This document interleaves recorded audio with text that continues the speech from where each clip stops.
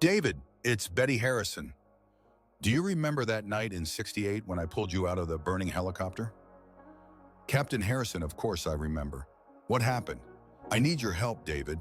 There are people here who need to be taught a lesson in respect. How much time do you have?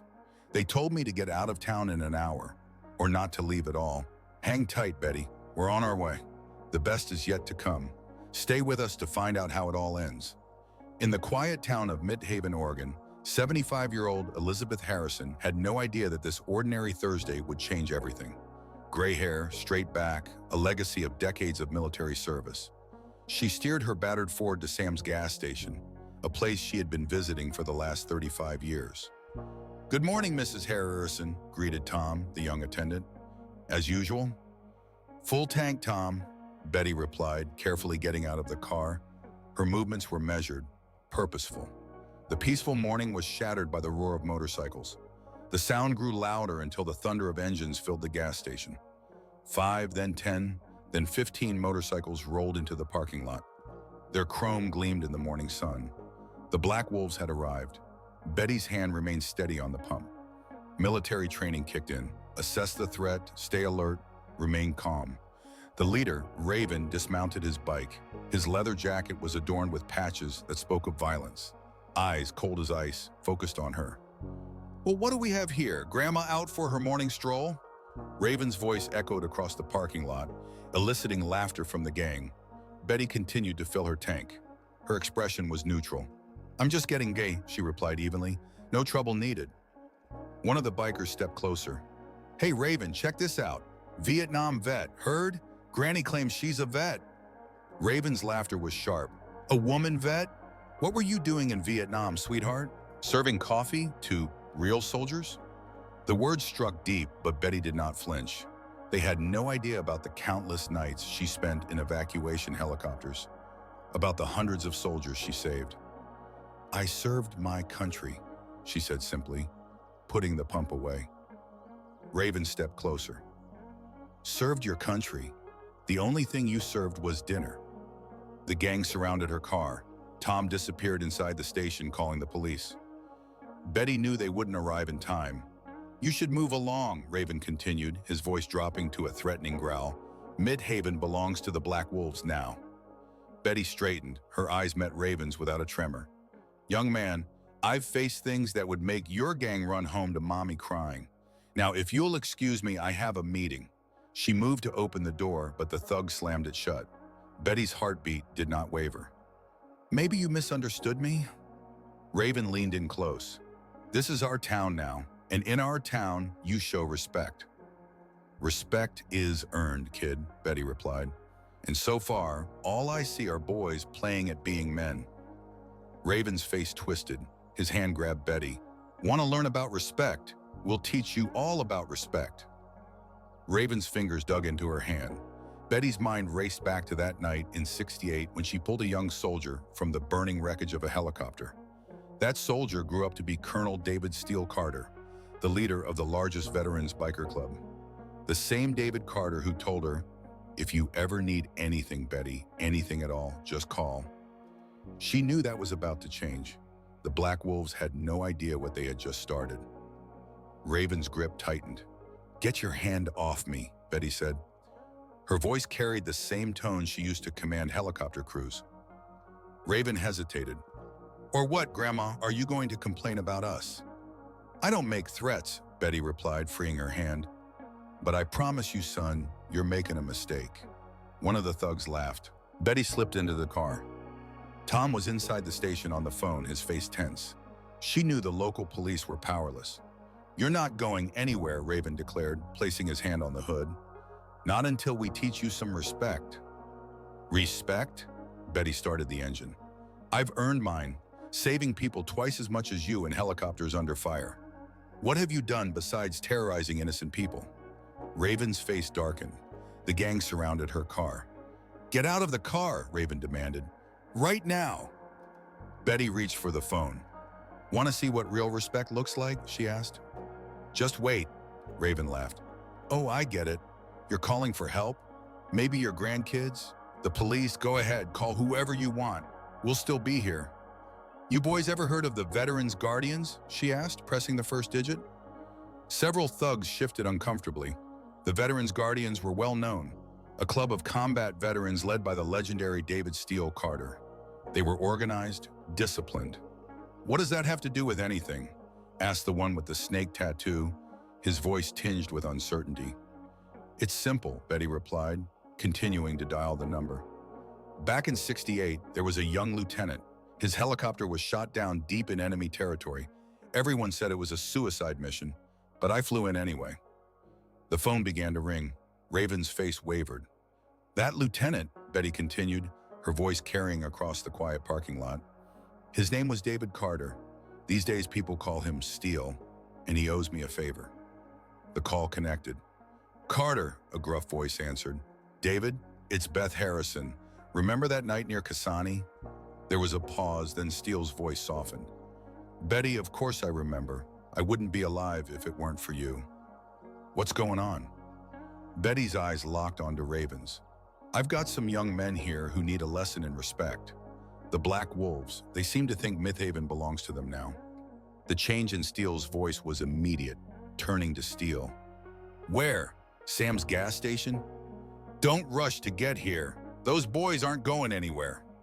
When she ended the call, the atmosphere in the parking lot shifted. The thugs nervously glanced at each other. Raven tried to maintain his composure. You're bluffing. Steele won't come just because some old lady called. Are you sure about that? Betty asked. Want to stick around and find out? In the distance, the distinct roar of approaching motorcycles filled the air. It was the synchronized roar of a disciplined unit. Raven's face paled. Get on, he barked at his gang. We're not done here, old lady. Not by a long shot. No, Betty agreed, watching them scramble onto their bikes. But now the rules have changed. Raven pointed at Betty. This isn't over. You've just complicated things for yourself. Betty watched them leave. She knew they would be back, but now the rules had changed. As the sound of the Veterans Guardians grew closer, she allowed herself a small smile. The Black Wolves were about to learn what real power looked like. And the lesson was just beginning. The Veterans Guardians arrived like thunder. 50 riders, each a combat veteran, filled the parking lot. At the forefront stood Colonel David Steele Carter. Tom, the gas station attendant, watched with wide eyes. These men moved with military precision. Steele dismounted first. Long time no see, Captain Harrison, he said. Too long, David, Betty replied. Tell me everything, Steele said. As Betty recounted the events, the faces of the veterans darkened. Black Wolves, one of them spat. It's time someone taught them a lesson. Steele raised his hand. Betty taught me something important, but back in '68. Do you remember what you told me that night, Captain? When everyone else said the mission was impossible, I told you that courage is not the absence of fear. Betty smiled. It's doing the right thing even when you're scared. Right, David nodded. And you showed us what that meant when you flew into that hot zone. One of the younger veterans stepped forward. Wait, is that Angel Kasani, the medic who saved the entire 5th platoon? The one and only, David confirmed. The veterans' faces hardened. The Black Wolves will be back, Betty said. They're not the type to let this go. Let them come, David replied. But first, we need to understand what we're dealing with. Tell me about their leader, this Raven. Betty described Raven. They've been terrorizing Midhaven for months, Tom added. The police can't or won't do anything about them. David nodded slowly. Betty, you have a veterans meeting today, don't you? You're going, David interrupted, like any other day, but you're not going alone. He turned to his people. Alpha team, you're on escort. Beta and Charlie start patrols. I want eyes on every corner of Midhaven. The Black Wolves want to play games? Let's show them how veterans do business. The veterans moved with efficiency. David turned to Betty. We'll handle this, Captain, the old way. Betty looked at the veterans. Just try not to wreck the town in the process, David. Midhaven has been my home for 40 years. No promises, David smirked. But these boys need to learn that respect isn't taken by force. It's earned. The convoy pulled out from the gas station. Tom watched, a smile spreading across his face. Something was changing in Midhaven. In an abandoned warehouse, the Black Wolves clubhouse, Raven paced. Veteran Guardians, he spat. Of all the people in this worthless town, we had to pick her. It's just another motorcycle club, said the snake tattoo. No, these guys are different. Diesel shook his head. They have military training, discipline.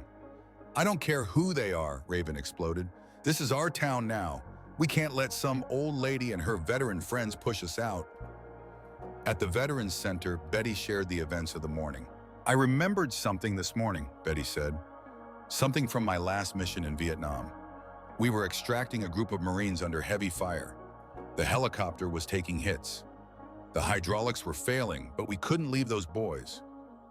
One of the young Marines asked me later why I went back for them. I told him, sometimes the greatest act of courage is to stand up for others when everyone else looks away. David nodded. That's what we're doing now, Betty, standing up for Midhaven. The distant roar of motorcycles filled the wee air. The Black Wolves were returning with reinforcements. At least 30 additional riders, David noted. David, I won't allow violence in the Veterans Center. Betty stood up. These people come here for healing, not for fights. Agreed, David replied. Delta Team, escort our veterans out the back. Everyone else, take a seat. We're moving this somewhere else. Outside, the Black Wolves lined up. Raven shouted, Come out, old lady! You and your veteran friends can't hide in there forever. David stepped out first, followed by the veteran guardians. Betty appeared last. Son, she called to Raven, you're making a mistake. Back off before someone gets hurt. Raven's response was interrupted by police sirens. Police Chief Roberts stepped out. No one fights in my Veterans Center. Raven, you and your boys need to leave, now.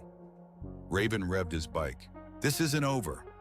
As the Black Wolves retreated, David said, He's right about one thing, this isn't over. Betty nodded, but maybe that's not such a bad thing. Sometimes it takes a storm to clear the air. Roberts approached them. Betty, David, we need to talk. The Black Wolves have been a problem for months, but now they're desperate. Betty studied the map of Midhaven. They systematically took over the city. Now half the city is afraid to speak. We are looking at 75 riders in total. They have established a presence along every major route. They are not just terrorizing the city, they are controlling it. We have intelligence suggesting they are getting into drug trafficking. No more, David darkened. Calm down, David, Betty warned. We need to be smarter than them. Tell me, Chief, why didn't you act against them earlier? Politics, Roberts replied bitterly. Plus, we have reason to believe someone in the mayor's office is on their payroll.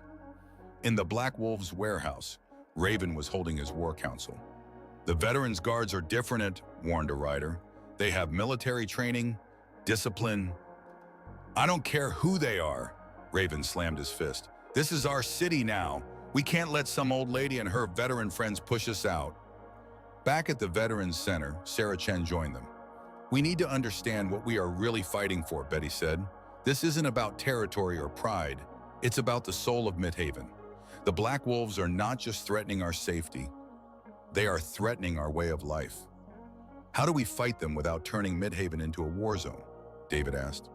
Just like I fought in Vietnam, Betty replied, with precision, intelligence, and by choosing our battles wisely. We start with the businesses they are extorting. The Veterans Guards provide protection.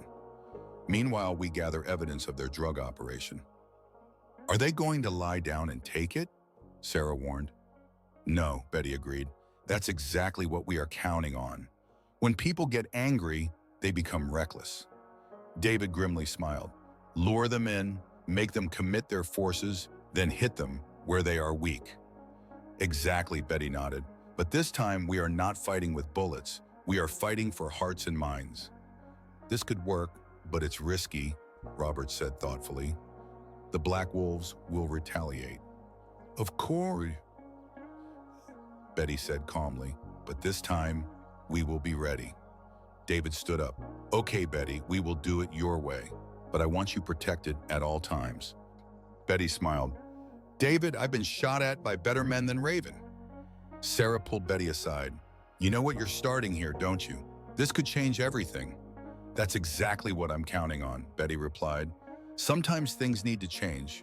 Sometimes they need to be forced to change.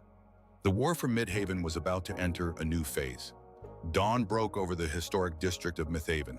The street was quiet except for the rumble of the Veterans Guard's motorcycles. Inside Vincent Hardware, Frank Vincent was experiencing his first peaceful morning.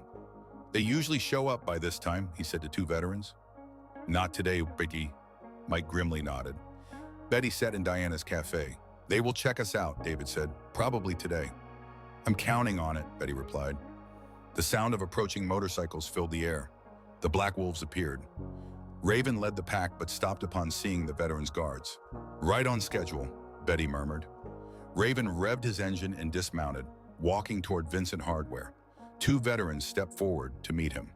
"This is private property," Mike said calmly. "Mr. Vincent is no longer interested in your kind of protection." "Is that true?" Raven growled. Frank Vincent stepped out of the store. "You heard them, Raven. We don't need your protection." Raven's hand jerked toward his jacket, but he froze upon seeing the Veterans Guards. "This isn't over, old man," Raven spat at Frank. He turned his eyes to Betty. "Did you do this? You think you can just come in and turn everyone against us?" Betty slowly stood up, stepping out of the cafe. "What exactly have you built, kid?" Her voice was firm. Fear, intimidation. "This isn't building. It's destruction." Other business owners stepped out of their stores. "You don't understand anything." Raven's voice trembled. "This city was dead before we came. We made him strong." "No," Betty replied. "You made him scared. There's a difference." She gestured at the veterans. "These men and women know what real strength is. Respect isn't taken by force. It's earned through actions." Raven's face contorted. He stepped toward Betty, but David and three other veterans blocked him. "Think carefully about your next move, son." David's voice was soft but carried the edge of steel. Raven retreated. "This is our city. Want a war? You've got one." The Black Wolves tore away. Surprisingly, someone started clapping. Others joined in. Frank Vincent approached Betty, tears in his eyes. "Thank you. We were scared." "You don't have to be scared anymore," Betty assured him. "But this isn't over. Raven will be back." David joined them. "We won the first battle. But you're right, this is just the beginning." "Let him try," Betty replied. "Every move he makes now just shows Mythaven who he really is and who we really are." Sarah Chen arrived. "The Black Wolves are gathering in their warehouse, calling for more reinforcements." "Good, let them come," Betty nodded. "The more forces they put in, the more vulnerable they become." She turned to the gathered crowd. "Today, we showed them that Mythaven is no longer afraid, but tomorrow they will try to remind us why we should be. We need to be ready." Night fell over Mythaven. The veteran guards maintained patrols. Tension was rising 3 days after the confrontation. Betty sat in the living room scrolling through messages. "Movement at the warehouse." Sarah's voice came through. "A large group is heading out, at least 30 bikes." "All units hold positions," David replied. Silence shattered with the sound of breaking glass.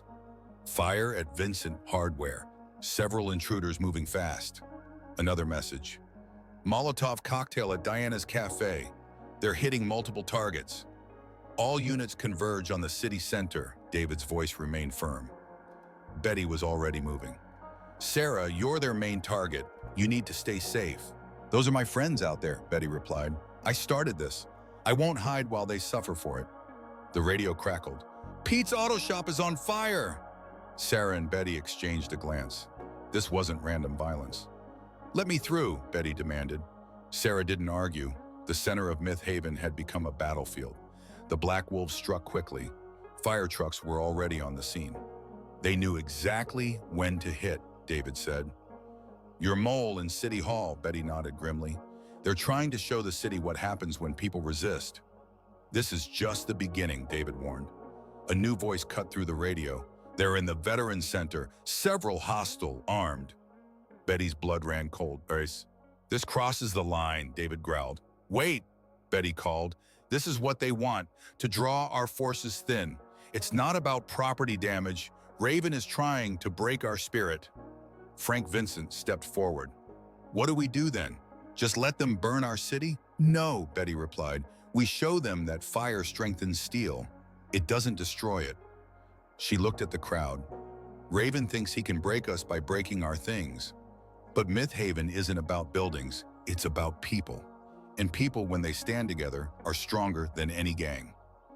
More townspeople began to arrive, bringing water, supplies. Sarah, Betty turned, contact every business owner. Tell them we're calling an emergency meeting tomorrow morning. It's time Myth Haven showed Raven what real strength is. David nodded. Are you thinking about Operation Thunderclap? Something like that, Betty smiled.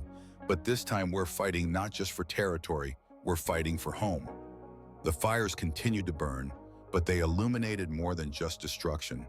They showed neighbors helping neighbors. The Black Wolves wanted to break the spirit of Myth Haven. Instead, they forged it stronger. As dawn approached, Betty stood before the damaged Veterans Center. She knew that Raven had made a critical mistake. The war for Myth Haven was entering a new phase. The community center was packed by dawn. Last night, the Black Wolves showed us what they think power is, Betty began.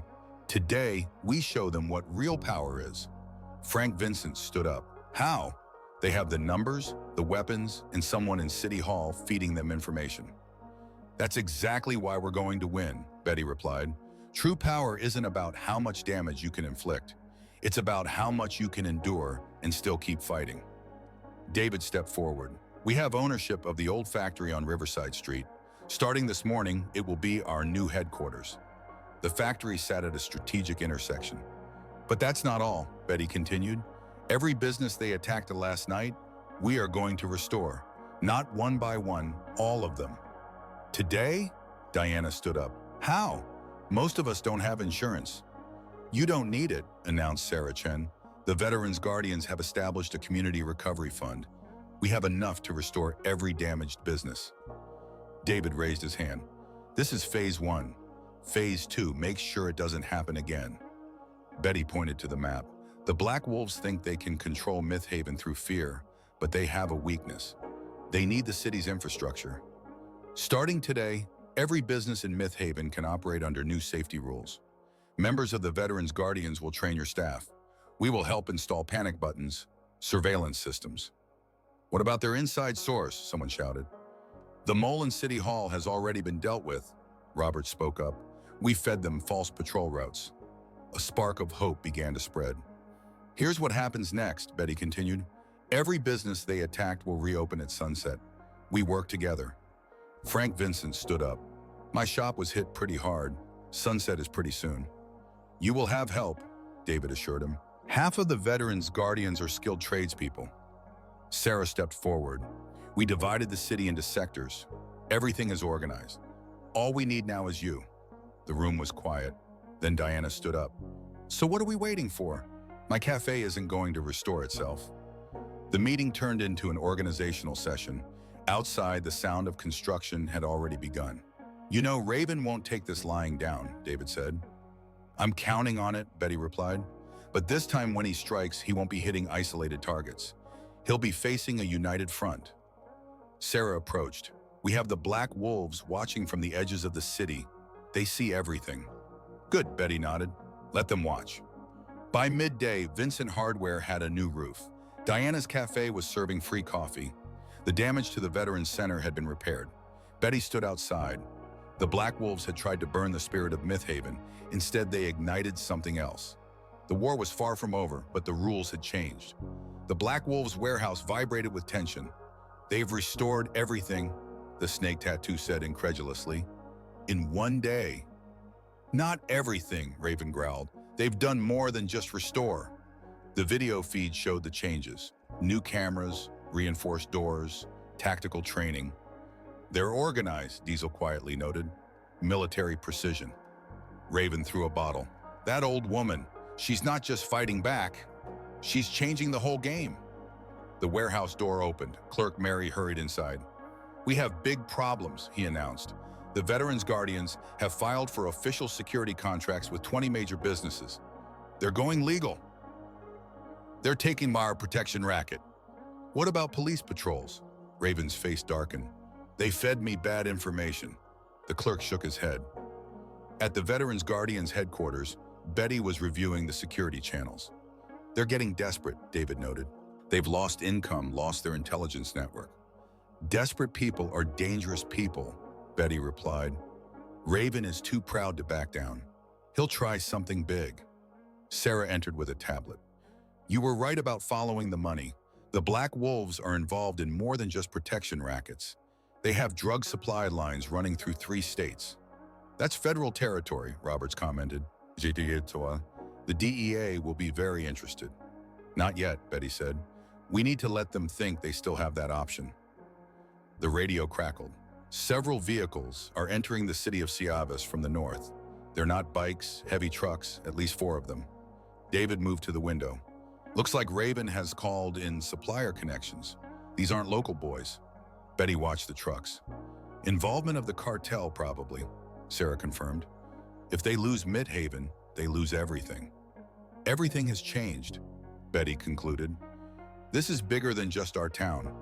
Raven has brought in players who won't care about collateral damage. The trucks is split up. They're creating new safe houses, David noted. No, Betty corrected. They're surrounding us, creating a perimeter. They're preparing for war. Roberts checked his weapon. Should I call the state police? Not yet, Betty insisted. We need to handle this our way first. She approached the map. Raven is trying to show us he has powerful friends, but he also showed us something else. He's scared. What's our play? David asked. We let them think they have the advantage, Betty replied. In the meantime, we gather evidence, track their movements. Sarah nodded, like tracking the Viet Cong supply line. Exactly, Betty confirmed. But this time we're gathering intelligence not just for ourselves. We're documenting, building a case strong enough that when we call in the authorities, they won't just get Raven, they'll get the whole network. The room fell silent. It will get worse before it gets better, Betty warned. These new players won't follow any rules. Then we better make sure he won't be around, David declared. Our patrols are doubled. Every business is getting extra security. No one in Midhaven stands alone. As the sun set, Betty watched the trucks settle in. Raven thought he was showing strength. Instead, he revealed his weakness. They could shut down the entire criminal operation. But first, they needed to survive. A real war was about to begin. A week of tension enveloped Midhaven. The cartel trucks had established positions. The Black Wolves patrolled with audacity. Betty sat studying surveillance photos. Movement in the northern safe house. Sarah's voice came through. A big shipment is coming. Document everything, David replied. A knock at the door. Frank Vincent. They approached me today, he said. Offered to buy my shop for 3 times its worth. They're trying to buy your silence, Betty's eyes narrowed. The radio crackled. Several vehicles are approaching from the south, private military contractors. David's voice was grim. These aren't street thugs. They're professional killers. Betty watched the SUVs. Looks like Raven has called in more than just cartel support, Sarah confirmed. In the Black Wolves warehouse, Raven met with Marshall, the commander of the mercenaries. Your gang war has attracted attention, Marshall stated. My employers want this situation resolved quickly and quietly. This isn't a gang war, Raven protested. It's about respect. About what, business? Marshall interrupted. You have 48 hours to resolve this, or we will resolve it our way. What about the old lady, the veterans? Professional problems require professional solutions, Marshall smiled. At the Veterans Guardians headquarters, Betty called an emergency meeting. These contractors are changing everything, she explained. They're not thugs we can intimidate, they're trained killers. We have combat experience too, David reminded her. Yes, but we also have something to lose, Betty retorted. Sarah raised the footage. They're creating sniper nests. Then we respond in kind, David declared. Betty shook her head. That's exactly what they want. Escalation. Innocent people get caught in the crossfire. So what's the play? Roberts asked. Betty approached the map. We let them think they have the advantage. Meanwhile, we prepare for their real target. Me. The room fell silent. I propose we give him what he wants, Betty confirmed. A clear shot at me, but on our terms. That's too risky, Sarah protested. These are professional killers. Betty's smile was light. The Viet Cong sniper in Khe Sanh was just as professional. I'm still here, she turned to the room. Raven thinks that bringing in professionals gives him an edge, but professionals follow patterns. We can use that against them. The strategic session stretched into dawn. The veterans' guards would retreat, effectively strengthening hidden positions. We're fighting not just for Myth Haven anymore, Betty reminded. We're fighting for every city these people might attack next. David pulled Betty aside. Do you know they're coming for you? I'm counting on it, she replied. Sometimes the best way to disarm a trap is to trigger it intentionally. The sun rose. Two forces prepared for confrontation. The next 48 hours would determine the fate of the city. Betty Harrison had faced death before. Now she would face it again. This time she was fighting for the soul of Myth Haven itself. The first sign of trouble came at dawn. The veterans' guards had vanished. Betty walked alone to Diana's cafe. She counted 3 teams of mercenaries tracking her. You shouldn't be here alone, Diana said. That's exactly why I need to be here, Betty replied. Let them watch. Marshall observed. The target establishes predictable patterns. Either she's become careless or it's a trap, Raven concluded. It doesn't matter, Marshall replied. Predictable targets are dead targets. At the Veterans Guards headquarters, Sarah monitored hidden cameras. 4 sniper teams, Sarah noted, plus 3 ground teams. They're building a kill zone.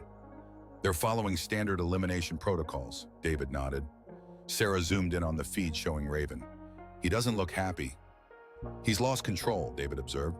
Throughout the morning, Betty maintained her routine. She's making this too easy, Marshall commented. Veterans don't just give up like that. Maybe she's tired, a subordinate suggested. She's 75. Marshall's expression darkened. Age has nothing to do with it. I've seen her type before. Calm, those who have seen real war. They're the most dangerous. At the Black Wolves warehouse, Raven was losing patience. Just take the shot. What are you waiting for? Professional work requires professional patience, Marshall replied. What no one noticed was the change in the movements of the townspeople. Information was being relayed. The veterans' guards had gone underground. David's voice came through Betty's earpiece. The cartel is moving product through the northern safe house. We've got it all on camera. Good, Betty subvocalized. Keep documenting. How is our guest ready to talk? He's ready to talk, Sarah replied. The guest was a city clerk. By late afternoon, Marshall completed preparations. Green light for tonight, he announced. We're finishing this after sunset. Raven smiled ominously, but in the darkness, other movements went unnoticed. The veterans were returning, taking up hidden positions. Equipment recorded every location. Betty sat in Diana's cafe. Marshall approached. The mercenary commander had decided to handle this personally. The bell rang. Marshall entered, accompanied by 2 men. Miss Harrison, Marshall said, I think it's time we talked. Betty set down her cup. I was wondering when you would stop hiding behind your scope. It's professional courtesy, Marshall declared. A chance to end this quietly. Professional courtesy? There was a note of amusement in Betty's voice. Is that what we call killing for a paycheck now? Marshall's expression didn't change. You've caused problems for people who don't tolerate problems. Leave now or you won't leave at all. I've dealt with better people than you, Betty replied calmly. What are you really fighting for, Marshall? For a moment, something flickered in the mercenary's eyes. Then it vanished. You have 1 hour to leave the city, he said. After that, everything that happens is not personal. It's just business. When Marshall left, Betty smiled slightly. Everything was going exactly according to plan. The next hour would change everything, but not in the way Marshall or Raven expected. The trap was about to close. The hour that Marshall had given was ticking away in silence. Night had fully engulfed Myth Haven. Marshall was watching the timer. All teams, final position check, he ordered. The target hasn't moved, the observer reported. No signs of veteran Guardians activity. Marshall frowned. Something felt wrong. Sir, the deputy spoke up, the cartels are reporting unusual traffic patterns on the outskirts. In the Black Wolves warehouse, Raven paced nervously. This should have been settled days ago, the cartel representative said. Your personal vendetta is getting expensive. Just wait, Raven snapped. Once the old lady is gone, everything will go back to normal. The cartel member's smile was like a razor's edge. Nothing will go back to normal after tonight. In the cafe, Betty glanced at the clock. All in position. David's teams are ready. Understood, Betty subvocalized. Time to show our hand. The hour reached 0. Marshall picked up the radio, but before he could speak, every light in Myth Haven went out. The city plunged into darkness. Then the floodlights ignited, illuminating the sniper nests. "We're compromised," Team 2 shouted. "Several hostiles approaching fast." Marshall grabbed his night vision goggles. The veteran guardians were coming out of hiding. "All teams, fall back to secondary positions," Marshall ordered. But it was too late. Team 4 is pinned down. Team 1 is taking fire. We've lost contact with Team 3. In the cafe, Betty stood up calmly. Diana and the other patrons revealed themselves as veteran guardians. Betty spoke into the radio. "I think we need to talk again about professional courtesy." Outside, the sound of helicopters filled the air. DEA aircraft were moving into position. The cartel's safe houses were surrounded by federal agents. "Did you plan this?" Marshall's voice came through the radio. "Patterns? Predictability? Was all of this a setup?" "Of course it was," Betty replied. "Did you really think a Vietnam veteran would be that careless?" Marshall's SUV turned the corner, but the way was blocked. "You have two choices, Marshall," Betty informed him. "Surrender now or try to break through against people who have spent their lives perfecting the art of war." Silence. Then Marshall's voice. "Stop! All units!" The mercenaries surrendered, but it wasn't over yet. Raven and his black wolves were still unaccounted for. The night was about to get even darker. Raven stood in the Black Wolves' warehouse, watching his world crumble. "This is the end," Diesel said quietly. "We need to surrender." "The end?" Raven's laughter held a hint of madness. "Does that old lady think she won? She hasn't seen what I'm truly capable of." He headed for the storeroom, entering the code. The door swung open, revealing explosives. "Boss?" The snake tattoo backed away. "This is going too far. We're bikers, not terrorists." "We are what I say we are," Raven shouted, loading the explosives into the van. "If I can't have Myth Haven, then neither can it." At the Veterans Guardians headquarters, Tara's voice crackled with urgency. "Betty, we have movement at the warehouse. Thermal images show they are loading something into vehicles. Military-grade explosives." Betty's mind raced. This was about destruction. "All units," she commanded. "Raven has gone rogue. We need to stop him before he reaches any populated areas." The veteran guardians mobilized. "You're not going out there?" David protested. "Hell no, I'm not," she replied. "This started with me, and I'm going to finish it." The Black Wolves burst out of the warehouse. Raven led the attack. "You should have left me alone, old woman." Raven's laughter crackled over the radio. "Now everyone will see what real power looks like." Betty sharply turned down an alley. "Sarah," she called, "remember that construction site on Maple Street? Get a unit to run ahead of Raven. Make him turn east on 3rd. The construction site is a dead end." David's voice came through. "Exactly," Betty replied. The veteran guardians moved into position. Raven didn't realize he was being maneuvered. The convoy crashed into the construction site, trapped. Concrete barriers blocked every exit. Raven jumped off his bike, pulling out the detonator. "Back off!" he shouted. "One click, and this whole place goes up." Betty's Ford stopped. She got out. "Is this what you wanted, Raven?" she called. "To prove you're the most dangerous man in Myth Haven? You've proven you're willing to kill innocent people to satisfy your ego." "Shut up," Raven yelled. "You did this. You turned everyone against me." "No," Betty replied, stepping forward. "You did this yourself. Every time you chose fear over respect." The remaining Black Wolves looked uncertain. "One more step, and I'll do it," Raven threatened. "I'll take us all out." Betty kept walking. "No, you won't, because deep down you're still that scared little boy." "Real power isn't about who you can hurt, Raven. It's about who you can protect." For a moment, something flickered in Raven's eyes. Then his finger tensed. But before he could press it, a shot rang out. Diesel, his oldest friend, made his choice. The bullet hit Raven's hand, sending the detonator flying. The last stand of the Black Wolves ended not with an explosion, but with the click of handcuffs and the quiet cease of a broken man. As federal agents secured the explosives, Betty stood. The night almost became tragic, but redemption came from within the gang. "You knew," David said. "You knew someone would stop him?" "I knew his own people would make the right choice," Betty replied. Sometimes the greatest victory isn't defeating the enemy, it's helping them find their conscience. Dawn was approaching. A year later, Myth Haven had transformed into something no one could have predicted. Betty Harrison, now 76 years old, sat in Diana's cafe. The veteran guardians had evolved into a community center. "Good morning, Miss Betty," called James, the former snake tattoo. "How's the mentoring program going, James?" Betty asked. "3 more former gang members are starting next week," he smiled. "Word is spreading. People want to know how Myth Haven did it." Through the window, Betty saw the changes. Frank Vincent's shop was thriving, run in partnership with former wolves. Diana's cafe had become a gathering place. David walked in. "Just got word from Marshall. He's getting released early, still wants to join." "Good," Betty nodded. Sarah Chen arrived. "The government is interested in our rehabilitation program. They want to use Myth Haven as a model." "Tell them it's not about programs," Betty replied. "It's about believing that people can change." A group of motorcycles rode by.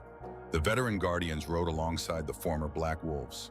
Their bikes were no longer symbols of intimidation, but of unity. "Remember when all this started?" David asked. "One phone call." "One phone call," Betty agreed, "but it was never really about that. It was about showing people another kind of strength." Diesel, now the civilian coordinator, appeared. "They are ready for you at the ceremony, Betty."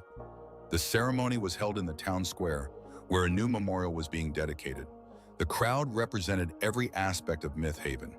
As Betty approached the podium, she looked at the faces. The memorial bore a simple inscription: "Strength through unity, peace through understanding." "A year ago," she began, "Myth Haven stood at a crossroads. We could have chosen revenge. Instead, we chose something harder. We chose to believe in the power of change." A lone motorcycle approached, Raven's younger brother. He had written to Betty from prison, asking if Myth Haven's second chances extended to family. Her response was simple: "Come home. We will help you find your way." "We built something here that is stronger than fear," Betty continued. "Something that cannot be broken because it is based not on power over others, but on power with them. This is the true legacy of Myth Haven." Applause followed. Later, as the sunset painted the sky, Betty sat on the porch with David and Sarah. The sound of motorcycles no longer brought tension. "You know," David reflected, "when you made that first call, I thought we were just going to chase off some troublemakers." "I thought the same," Betty admitted. "But sometimes the best victories are the ones you never planned." A group of children rode past on bicycles. They were followed by an escort of veteran guardians. "The town calls this the miracle of Myth Haven," Sarah mentioned. "But it wasn't really a miracle, was it?" "No," Betty smiled. "It was just people discovering their best selves. Sometimes they just need someone who believes they can." It was a true triumph in Myth Haven, not the defeat of an enemy, but the transformation of one. One phone call started it all, but it was love, courage, and faith in the power of change that finished it. And in the end, that made all the difference. As the stars appeared, Betty knew that the town would continue to grow, continue to change, continue to prove that even in the darkest times, there is always hope for redemption. And sometimes all it takes is one person brave enough to make a call. On that quiet evening, Betty Harrison realized the most important truth. She proved that an 80-year-old woman with a brave heart and faith in human kindness can change the world, and that love is always stronger than fear. As the last ray of sunlight disappeared beyond the horizon, Betty closed her eyes and smiled. Tomorrow would be a new day, new opportunities to help, new lives, and she would be ready.